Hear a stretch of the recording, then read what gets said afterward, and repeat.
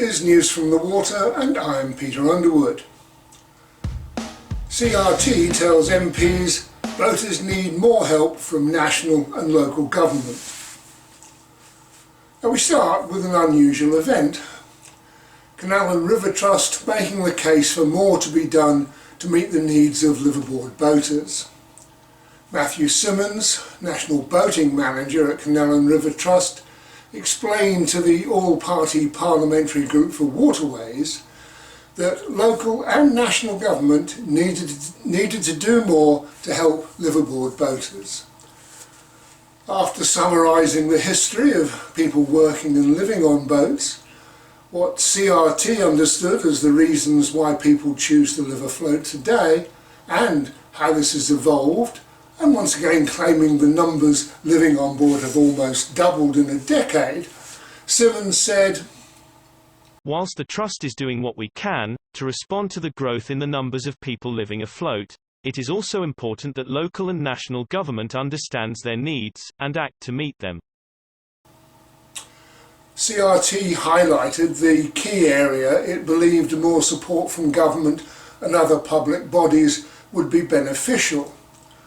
And that was the need for accurate capturing of boaters' data by the census to ensure that public services are available to liveaboard boaters and that service providers understand their needs.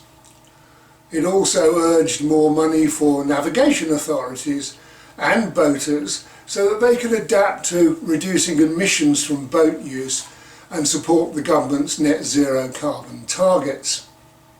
It was suggested that the Association of Inland Navigation Authorities could help planning authorities consider residential moorings in a more positive light, with boater self-managed moorings given more support. And Matthew Simmons said, "Liveaboard boaters are an integral part of the boating community and have been on the water in various guises for hundreds of years. While many boaters report benefits from living on the water, close to nature and in an often tight-knit community, the lifestyle presents some unique challenges. Whilst the Trust is doing what we can to respond to the growth in the numbers of people living afloat, it is also important that local and national government understands their needs and act to meet them." The all-party parliamentary group for waterways, one of Parliament's less formal bodies, is currently important because it is now almost the only form of democratic accountability for navigation authorities. With the Department for Environment, Food and Rural Affairs abandoning an external review of CRT's performance and possibly complicit in the Trust's fiddling of official statistics, there's no other public arena where CRT can be held to account. So it's worth noting, by the way, that the Inland Waterways Association provides the administrative back office services for the APPGW. Now, 3 other boating organisations were given the opportunity to talk to the committee: the Residential Boat Owners Association, the National Association of Boat Owners and the National Bargee Travellers Association. The RBOA urged the creation of more residential moorings, and NABO's Mark Tizard concluded that the overriding consensus was that help was needed with planning issues, particularly the ones that prevented the creation of more residential moorings and additional facilities. The NBTA highlighted issues that many liveaboards were experiencing with CRT, with the numbers of cases handled by their caseworkers rapidly increasing. It later said it was a matter of regret that Matthew Simmons failed to present any olive branches to the itinerant liveaboard community in relation to either the partially aborted Terms and Conditions review or of the so-called safety zones on the River Lea in London.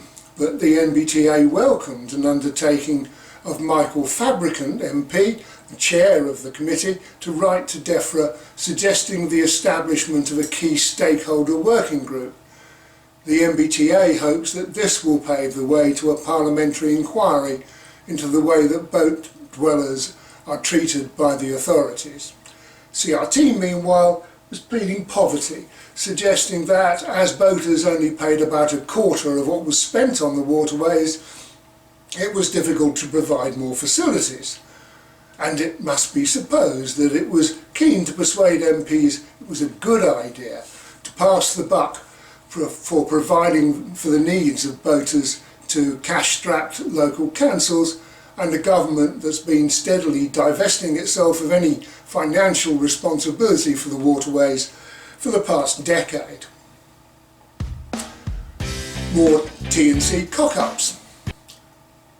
Within hours of being under parliamentary scrutiny and with its new terms and conditions facing at least 2 major legal challenges, CRT has been beating a hasty retreat from the most recent version of its terms and conditions, emailing customers to say it had made a mistake. It seems CRT launched its new terms and conditions by issuing an incorrect version of the document. As one Facebook post declared, "Check your inboxes. There appears to be some sort of competition going on in CRT at the moment as to who can make the biggest administrative cock-up." Another post pointed out that the Trust seems to lack any form of documentation control, with most documents lacking issue numbers and even dates.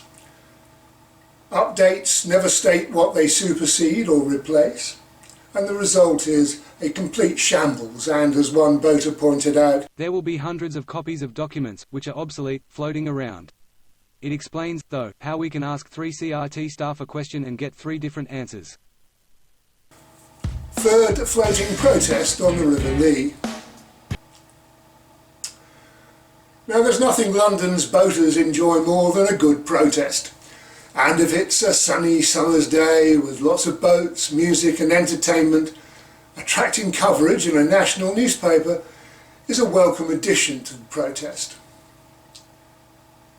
It's clear the so-called safety zones plan from CRT, which boaters fear will remove access to hundreds of mooring places for continuously cruising boats, will not go away. They want to take away 400 mooring spaces between here, Tottenham, and Old Ford Lock. 400 places where we could moor our boats. Again, right off. They want to take away 60% of wide beam moorings between here, Tottenham, and Old Ford Lock. Again, CRT, right off. And it's shown in their meeting that CRT had, their briefing that went quite badly for them, where they said there's no pleasing these people. Yeah? So what? They can't please us? Are we unreasonable, are we, to be able just to say that we want to live and have basic things like water and sewage points? Are we unreasonable? I don't think so. It's clear the so-called safety zones plan from CRT, which boaters fear will remove access to hundreds of mooring places for continuously cruising boats, will not go away. CRT is in the middle of a truncated consultation with what it insists on calling stakeholders, and boaters are being encouraged to have their say. And this is the first stage of a new process which will see more proposals in the autumn, followed by a formal consultation. So there may be many more opportunities to demonstrate opposition over the summer. And the boaters will love that. Busy boating? As we approach midsummer, 2021 may well be a year like no other on Britain's waterways, with every hire-boat company reporting sell-out bookings for the weeks ahead, with boats selling before brokers can get them listed on their websites, and for silly money, and every boat owner congratulating themselves on how astute they've been as they watch their friends and neighbours struggle to book UK holidays anywhere at any price. Braunston in Northamptonshire is often seen as the heart of the system, It's at a major canal junction on the Grand Union, surrounded by large marinas and with a pretty lock flight and a long tunnel. Volunteer lock keepers there are reporting daily on Facebook that they've seen anything between 30 and more than 40 boats through in a morning or an afternoon. As one of them reported, an average of 30 lockages over the 6 locks, some boats sharing locks, is 180 lockages with 2 paddles up and 2 down for each lock, and that's over 700 paddles wound. Now that might explain, of course, a rant from an apparently inexperienced boater on Facebook who was very offended by other boats on the locks, boats travelling as a breasted pair, historic boats, and boats moored in the pounds between the locks. They'd all conspired, apparently, to slow him down. Just goes to show you can't please all the people all the time, not even in the summer sun or one of the prettiest parts of our canal system. And finally, amidst all of this parliamentary discussion and protest, what is CRT currently focused on? Well, it seems to be focused on a little white cuddly toy that it's making a lot of fuss about in its videos on Facebook and elsewhere.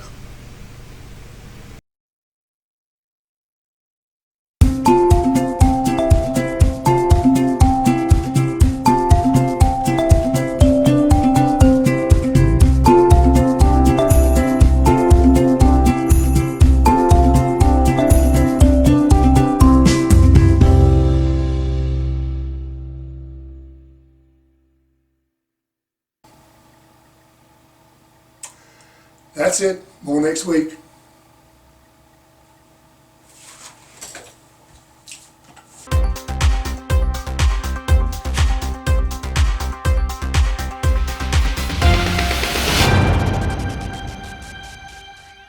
We need video and photos of all aspects of the waterways. Email files to peterunderwood2@gmail.com with your name and a brief description of it and where and when it was shot.